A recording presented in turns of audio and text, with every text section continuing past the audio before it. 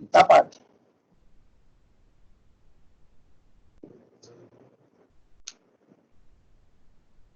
अध्याय 3 श्लोक 25। गीता पाठ अध्याय 3 श्लोक 25। सक्ता कर्मण्य विद्वांसो यथा कुर्वन्ति भारत कुर्यात् विद्वान् तथा सक्ता लोक संग्रामे मा बुद्धिर्वेदं जने ज्ञानं कर्म संगिनां जोषयेत् सर्वकर्माणि विद्वान् युक्तः समाचरन् प्रकृते क्रियमाणानि गुणैः कर्माणि सर्वशः अहंकार विमूढ़ात्मा कर्ताहमिति मन्यते तत्त्ववित्तु महाबाहो गुणकर्म विभागयो न गुणेषु वर्तन्ते मद्भाव संजते प्रकृते गुणसम्मूढा गच्छन्ते गुणकर्मसु तान् कृत्सन्नविदो मन्दान् कृत्सन्नविन्न विचारये मयि सर्वाणि कर्माणि अन्यस्याध्यात्मचेतसा निराशीर्निर्भरो भूत्वा विगतस्व विगतज्वर ये मे मतमिदं नित्यं मनोतिष्ठन्ति मानवाः श्रद्धावन्तो न शून्यन्तो मुच्यते तेऽपि कर्मभिः ये ते द्रव्यशून्यन्तो नानुतिष्ठन्ति मे मतम् सर्वज्ञानविमूढा शता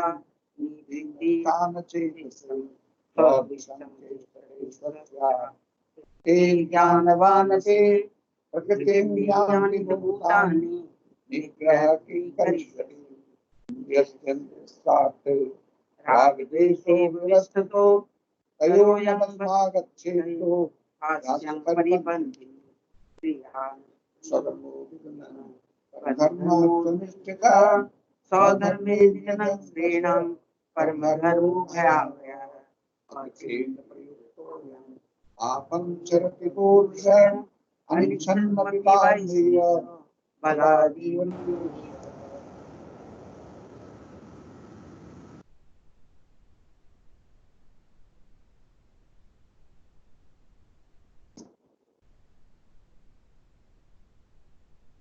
आत्मिक गीता पाठ कर रहे हैं। सुनाई पड़ रहा है।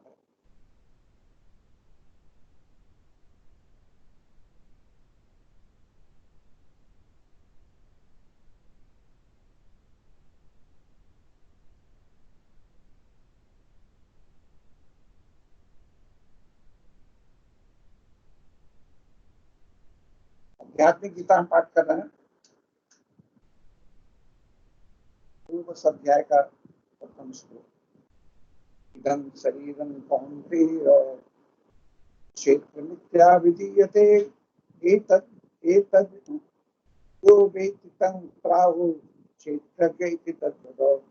भगवान कहते हैं कि कौन्तेय यह शरीर क्षेत्र नाम से कहा गया है। जो इसको अनुभव करता है उसको क्षेत्र और क्षेत्रज्ञ तत्व के द्वारा उसको क्षेत्रज्ञ जानना चाहिए।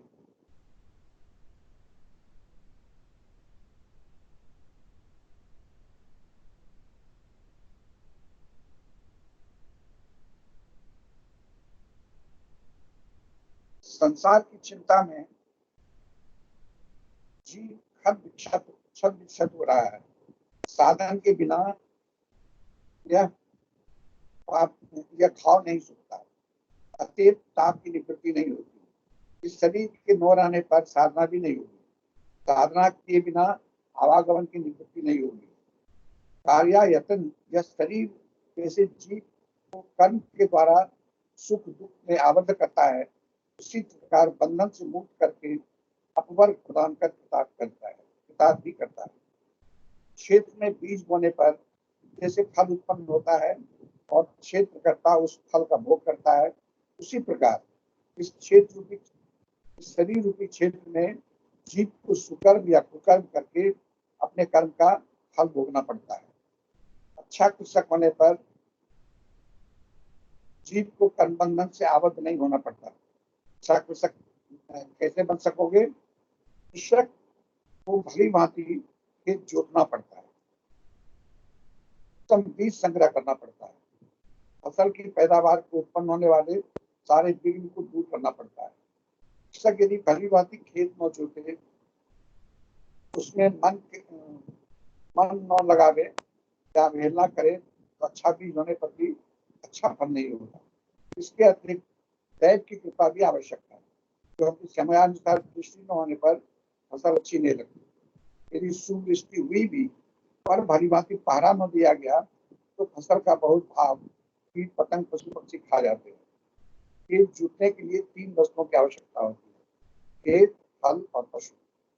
आध्यात्मिक खेती से हमारा ये शरीर क्षेत्र हुआ, जोतने वाला है प्राण या श्वास प्रश्वास, श्वास प्रश्वास होते हल को चलाएंगे मन, प्रवृत्ति, इंद्रिय, पशु।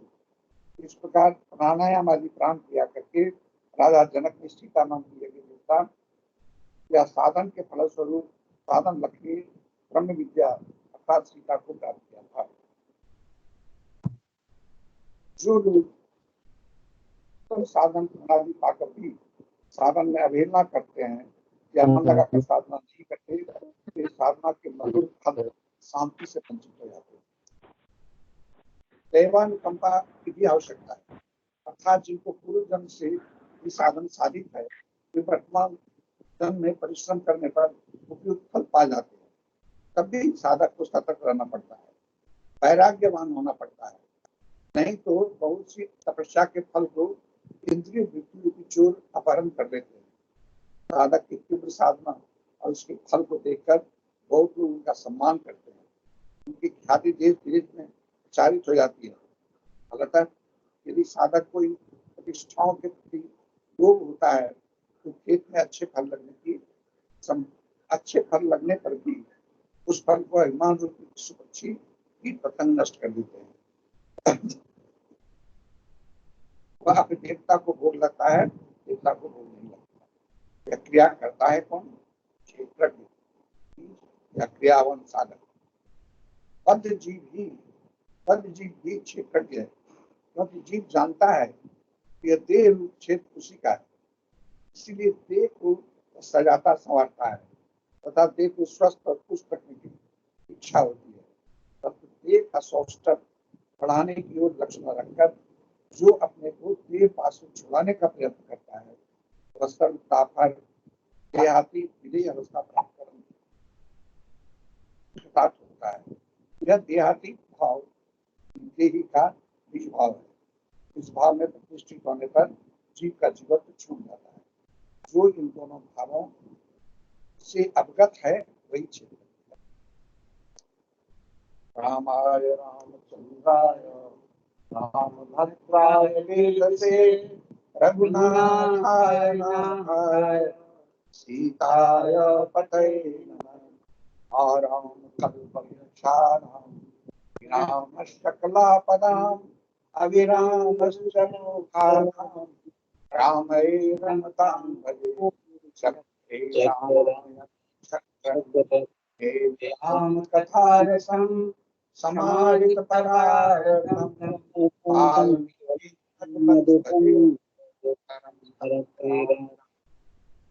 तरन्तं भवसागरं चरन्तं अमृतारण्ये तं नमामि कपीश्वरम्।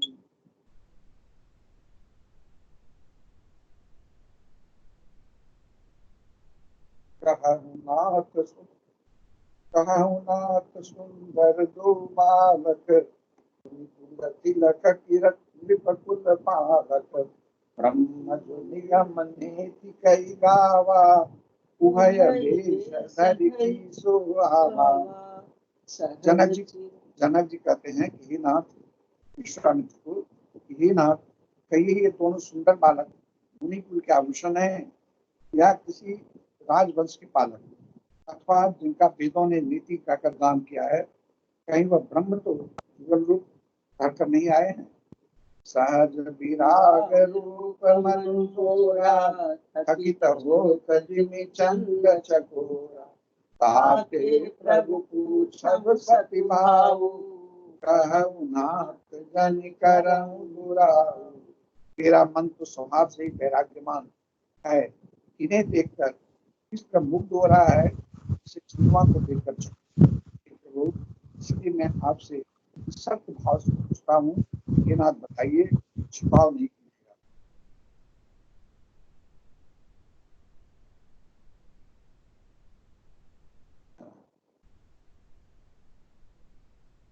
नहीं विधो कत अति अनुरागा, बरबस ब्रह्म सुखई मन त्यागा। मुनि बियस कहु नृपनी का, वचन तुम्हार न होई अधिका। इसको देखते ही अत्यंत प्रेम की बस होकर मैंने मन से जबरदस्ती ब्रह्म सुख को प्राप्त किया है। उन्होंने हंस कर कहा, हे राजन, आपने ठीक कहा, आपका वचन मिथ्या नहीं हो सकता। ये प्रिय सब ही जान लगी प्राणी, मन मुस्काई राम सुनि पानी। रघुकुल मनि दशरथ के जाए, मन हित लागी नरेश पठाए। जगत में जहाँ तक जितने भी प्राणी हैं, वे सभी को प्रिय हैं। उन्हीं की रहस्यवादी वाणी सुनकर राम जी मन ही मन मुस्कुराते हैं, हंसकर मन संकेत देते हैं कि रहस्य प्रिय नहीं। फिर मुनि ने कहा, ये रघुकुल मणि महाराज, ये रघुकुल मणि दशरथ के पुत्र हैं, जो हित के लिए राजा ने इन्हें विदिशा दिया है। राम लखन बंधु बनो, रूपशील बलदाम। ममरा केहु सब राखित सुधु, दिए असुर संग्राम। ये राम और लक्ष्मण दोनों श्रेष्ठ भाई, रूप और बल के धाम हैं। सारा जगत साक्षी है, इन्होंने युद्ध में असुरों को जीत कर मेरे यज्ञ की रक्षा की है। धर्म देख कराऊ, कही न सकऊं निज पुण्य प्रवाह। सुंदर श्याम गौर दो भ्राता, आनंदों के आनंद दाता। राधा ने कहा, हे मुनि, आपके चरणों के दर्शन कर मैं अपना पुण्य प्रभाव कह नहीं सकता। ये सुंदर श्याम और गौर वर्णों के दोनों भाई आनंद को भी आनंद देने वाले हैं। परस पर पावनी, कही न जाय मन भाव सुहाविनी। सुनौ नाथ कह मुदित देवु, ब्रह्म जीव सहज सनी। इनको इनकी आपस की प्राप्ति बड़ी पवित्र और सुहावनी है। यह मन को बहुत भला लगती है, कहीं नहीं जा सकती। ये आनंदित होकर कहते हैं, हे नाथ सुनिए, ब्रह्म और जीव की तरह इनमें स्वाभाविक प्रेम है। पुनि पुनि प्रभु चितव नर नाऊ, पुलक गात उर अधिक उछाऊ। मुनि प्रशंसी नाई पद शीशु, चलऊ नवाई नगर बनीसु। राजा बार बार प्रभु की ओर देखते हैं, दृष्टि वहां से हटना ही नहीं चाहती। प्रेम से शरीर पुलकित हो रहा है और हृदय में बड़ा उत्साह है। फिर मुनि की प्रशंसा करके और उनके चरणों में सिर राजा उन्हें नगर में ले गए। सुंदर सदन सुखद सब काला, सुलय दिन गुआला। करी पूजा सब विधि सेवकाई, गयऊ राउर विदा कराई। एक सुंदर महल जो सब समय सभी ऋतुओं में सुखदायक था, वहां राजा ने ले जाकर ठहराया। तदनंतर सब प्रकार से पूजा और सेवा करके राजा विदा हो गए, उधर अपने नगर में गए।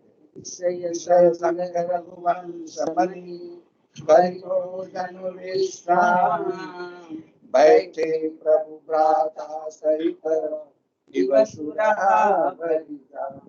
प्रभु के श्लोक में प्रभु श्री रामचंद्र जी ऋषियों के साथ भोजन और विश्राम करके भाई लक्ष्मण समेत बैठे। उस समय हर भर दिन बाकी रह गया था।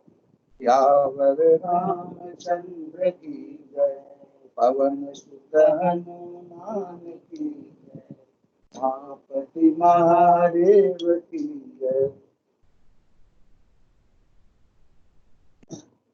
आचारु करि गुरु गौरी गणपति मुदित चित्त पूजा वही, सुर प्रगति पूजा ले देहि, आशीष अति सुख पावई।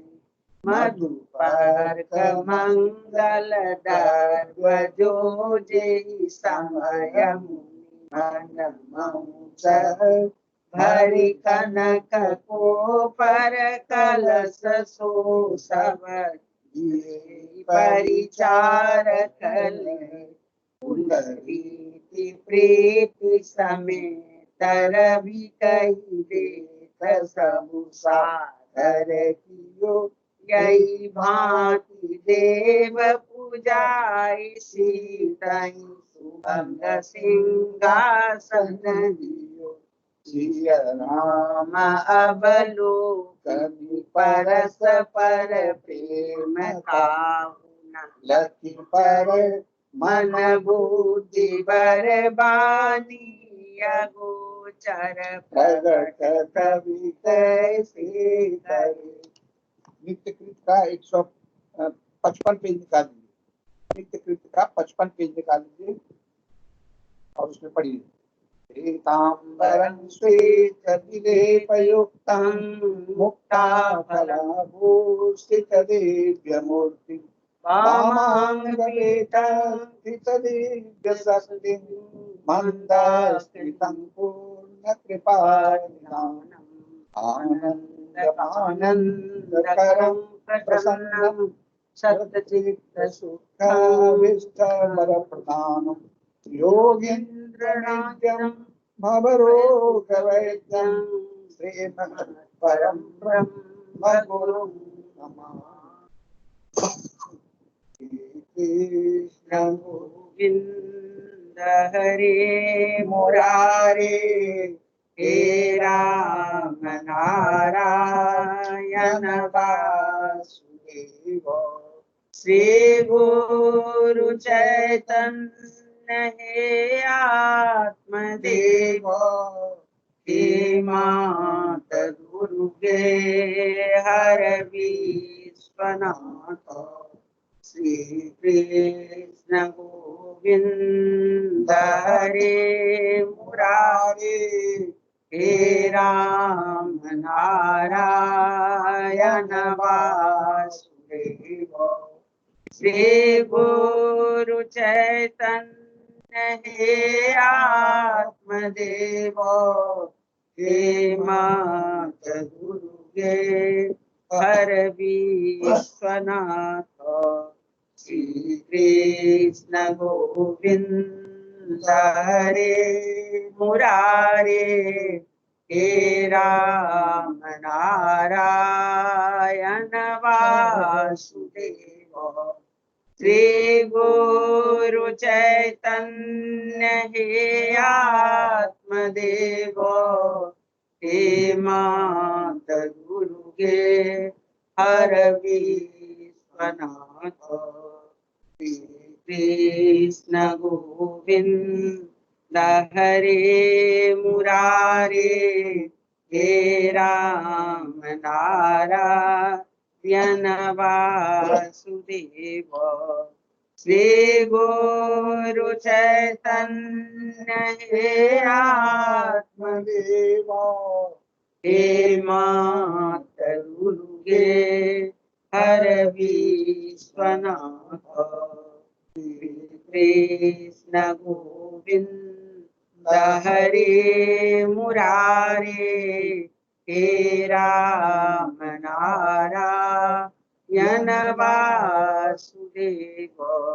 श्री गुरु चैतन्य हे आत्मदेव, हे मात दुर्गे हर विश्वनाथ।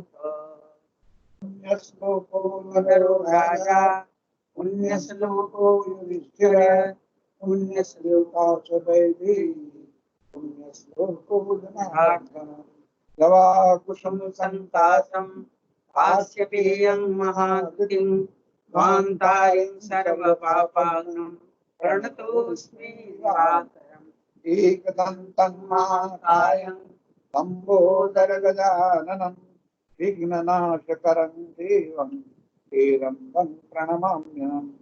देहान्तरसहस्राणां मन्योनं प्रवितं मया येन भूयो न गच्छामि त्रायमां मधुसूदनम्। ॐ त्र्यम्बकं यजामहे सुगन्धिं पुष्टिवर्धनं उर्वारुकमिव बन्धनान् मृत्योर्मोक्षीयमामृतात् सर्वस्वरूपे सर्वेशे सर्वशक्ति समन्विते दैवस्त्रायिनो देवी देवी नमः। सर्वे भवन्तु सुखिनः सर्वे सन्तु निरामया सर्वे भद्राणि पश्यन्तु मा कश्चित् दुःखभाग्।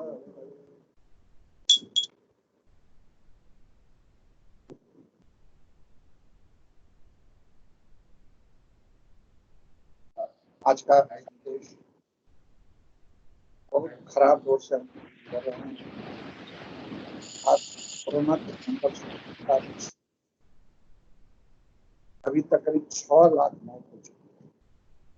उसमें भारत में करीब 33,000 से अधिक जाने जा चुकी है। एक कॉन्ग्रेस डॉक्टर ने भी अपने जीवन खो दिया है। कल किसको क्या होगा कहना बड़ा मुश्किल है।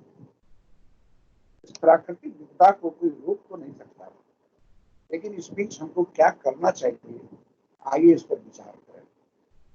सबसे पहले हम भगवान के शरण में रहें। भगवान के शरण में रहने के लिए क्या करना पड़ेगा? इसके लिए रोज साधन करें, रोज शिव मंत्र का जप करें। अब ये श्रावण महीना चल रहा है तो हर एक आदमी को शिव मंत्र का जप करना चाहिए तथा हनुमान चालीसा का पाठ रोज करें। इसके अतिरिक्त आप जो करते हो सो करते रहे। धर्म के 5 स्तंभ हैं, इसे कठोरता पूर्वक पालन करने की चेष्टा। पहला, अहिंसा।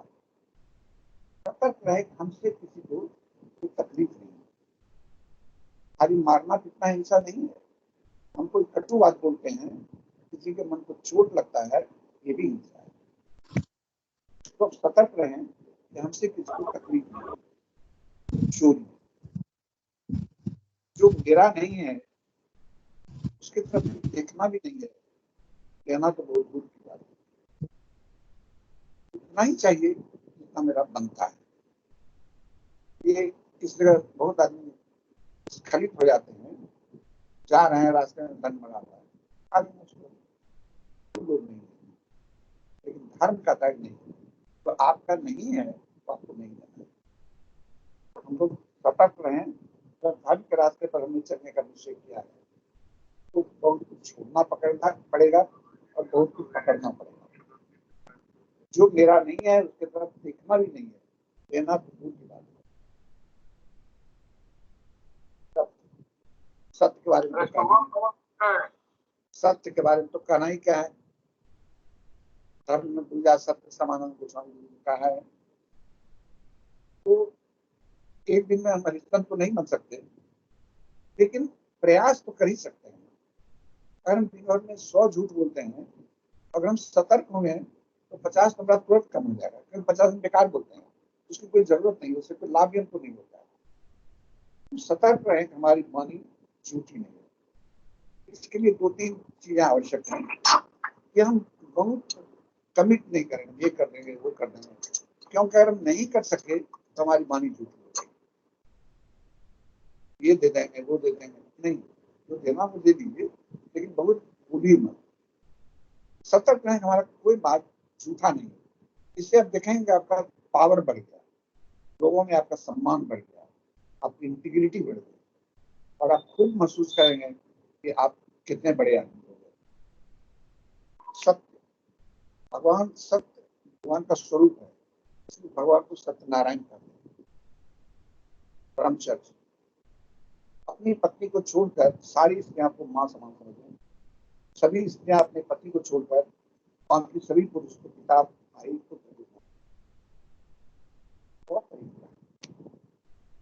भगवान जो दिए हैं उसी में संतुष्ट है, इसी से मांगने की प्रवृत्ति नहीं। कहीं कभी तो मांगना ही पड़ता है, घर में कोई बीमार पड़ गया, ऐसा नहीं इलाज कराना है तो क्या करेंगे, मांगना ही पड़ेगा। वो विशेष परिस्थिति में दूसरी बात है, जहाँ अति आवश्यक है वहां तो मांगना, लेकिन सामान्यतः हम कोशिश करें कि हम मांगे नहीं, ठीक।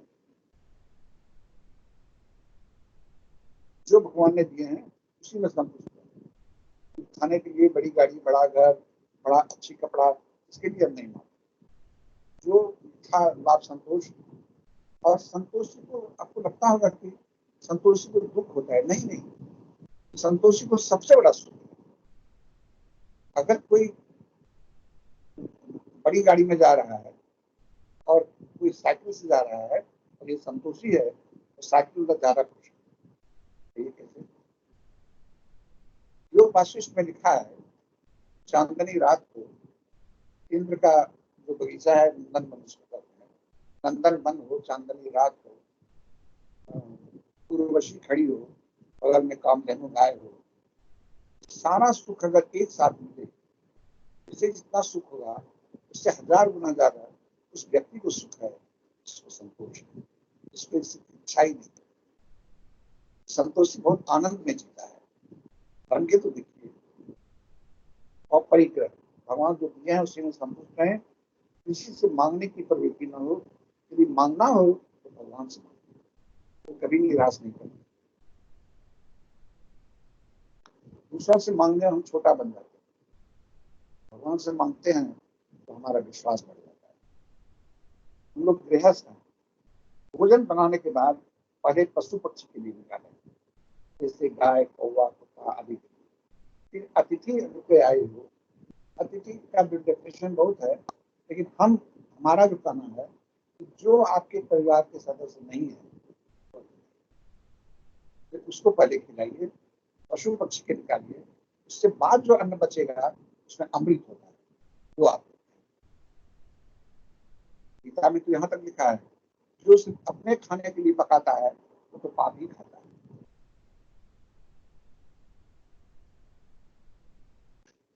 इसलिए गृहस्थ हैं तो गृहस्थ धर्म का पालन करें। चौथा, कोशिश करें मेरे दरवाजे से कोई याचक खाली थे।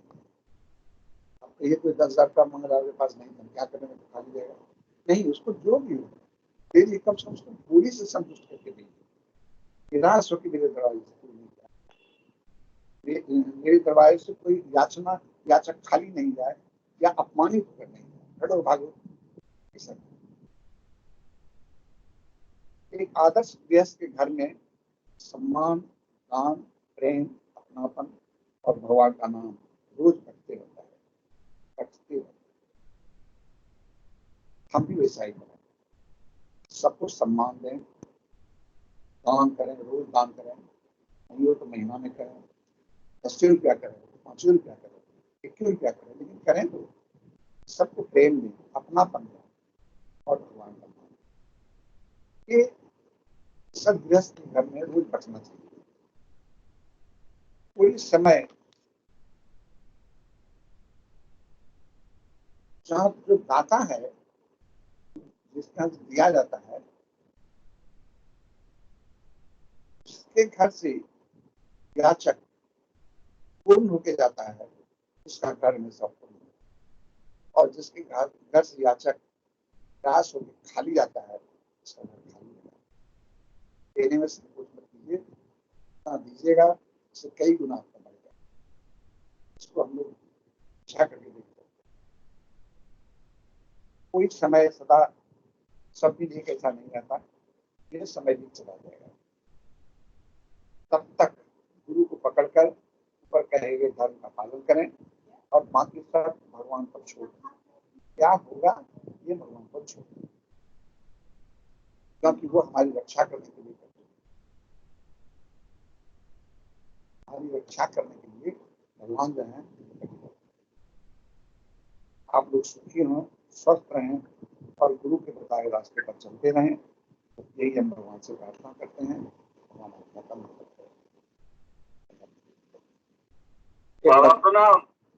एक भजन हो रहा है। हाँ, ठीक है। एक भजन सुन लो आप सब। एक भजन सुन लीजिए उसके बाद। बाबा जय गुरु प्रणाम। राम बाबा जय गुरु। जय गुरु बाबा।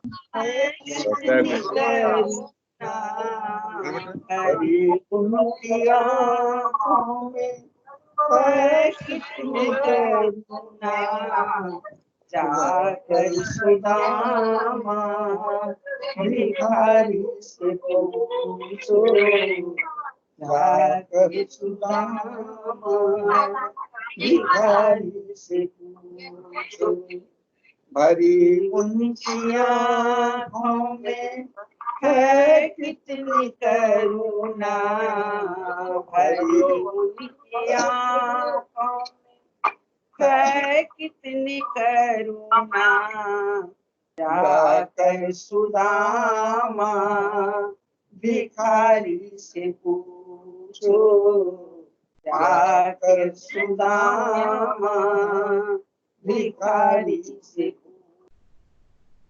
है करामत क्या उनकी चरणों के रज में, है करामत क्या उनकी चरणों के रज में, जा करके गौतम की नारी से पूछो, जा करके गौतम की नारी से पूछो।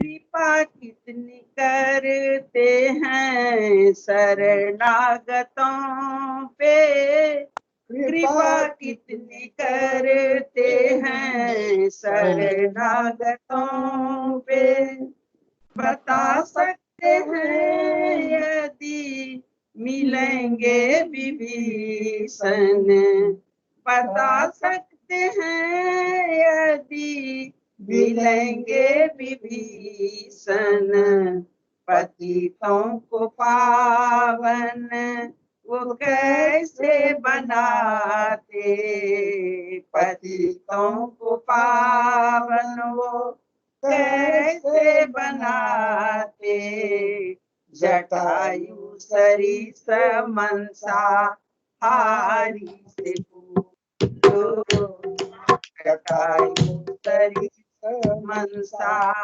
हारी से पूछो।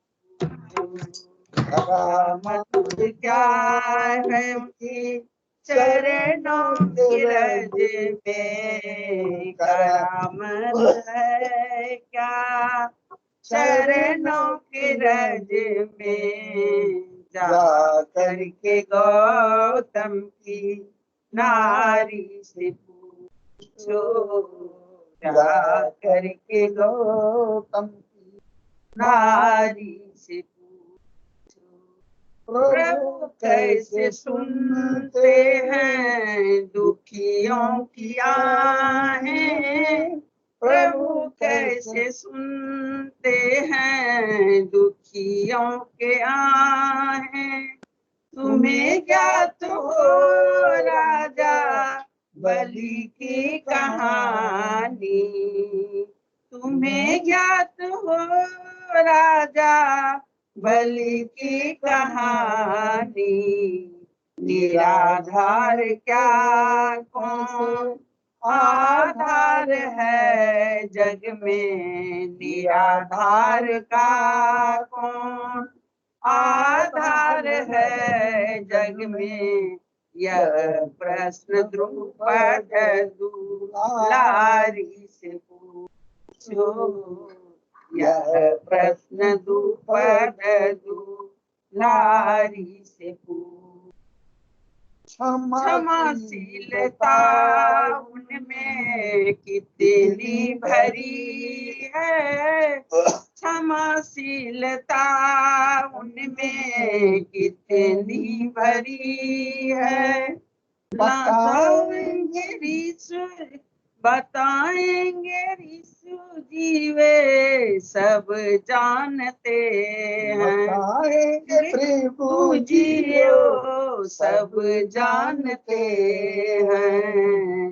हृदय उनका भावों का है कितना भूखा, हृदय उनका भावों का है कितना भूखा। विदुर सबरी से बारी बारी से पूछो, विदुर सबरी से बारी बारी से पूछो। करामत है उनके चरणों की रज में, करामत क्या उनके चरणों की रज में। जा करके गौतम की नारी से पूछो, जा करके गौतम की नारी से पूछो। दिनेश अग्रवाल हमारा बात सुन रहे हैं? अगर दिनेश जी हमारी बात सुन रहे हैं तो उससे मेरा निवेदन है कि 2 शब्द कहें। अभी बहुत बड़ा संकट से करीब करीब उबर चुके हैं और उसमें उन्होंने भगवान की कृपा का अनुभव किया है।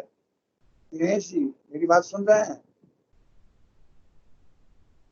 लगता है मुझसे कनेक्ट नहीं हो पा रहे हैं। बाबा असम से कोई भजन गाना चाहते हैं, अगर दिनेश जी नहीं है, असम से कोई। हमारी बात सुन रहे हैं? आवाज नहीं। हेलो दिनेश, अब आवाज आ रही है? अनम्यूट करिए। दिनेश अग्रवाल अगर हमारी बात सुन रहे हैं तो वो 2 शब्द कहें।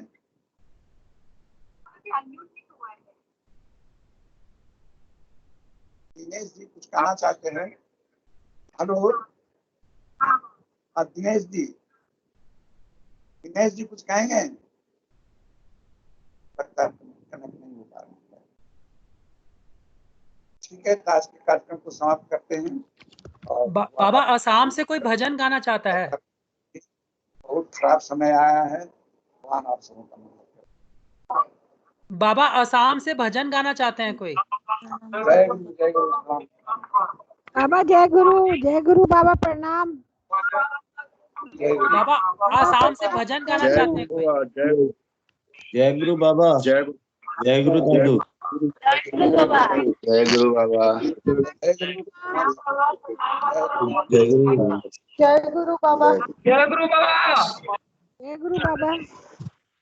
जय गुरु माता। जय गुरु। आप